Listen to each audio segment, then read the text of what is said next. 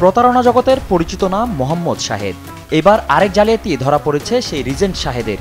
একসময়ে farmers bank, বর্তমানে Padma bank থেকে 2 কোটি টাকা ঋণ নেন শাহেদ। সেই টাকা নেয়ার জন্য ঋণ অনুমোদনের আগের দিন ব্যাংকের তৎকালীন নির্বাহী চেয়ারম্যান মাহবুব চিস্তিকে 35 লক্ষ টাকা ঘুষ দেন। সেই টাকা যায় তার ছেলে রাশেদুল হক চিস্তির ব্যাংক হিসেবে। ঋণ মঞ্জুর হওয়ার আগের দিন শাহজালাল ইসলামিক ব্যাংকের উত্তরা মহিলা শাখায় অপর এক ব্যক্তির নামে ব্যাংক হিসাব খুলেন। সেই ব্যাংক হিসাবে যন্ত্রপাতি কেনার বিল বাবদ ঋণের সব টাকা হস্তান্তর করেন। প্রকৃতপক্ষে সেই ব্যাংক হিসাবের মালিকও ছিলেন শাহেদ। হাসপাতালে যন্ত্রপাতি কেনার কথা বলে টাকা নিলেও বাস্তবে কোনো যন্ত্রপাতি ক্রয় না করে টাকা আত্মসাৎ করেন তিনি। পদ্মা ব্যাংকে ভুয়া তথ্য দিয়ে ব্যাংক কর্মকর্তার যোগসাজশে হাতিয়ে নেয় 2 কোটি টাকা।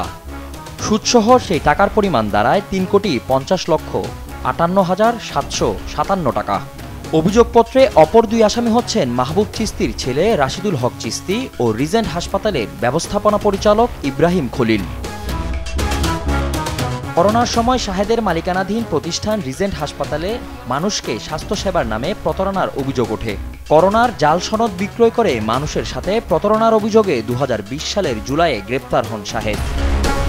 ফজলে আদিত্য, দেশ টিভি, ঢাকা।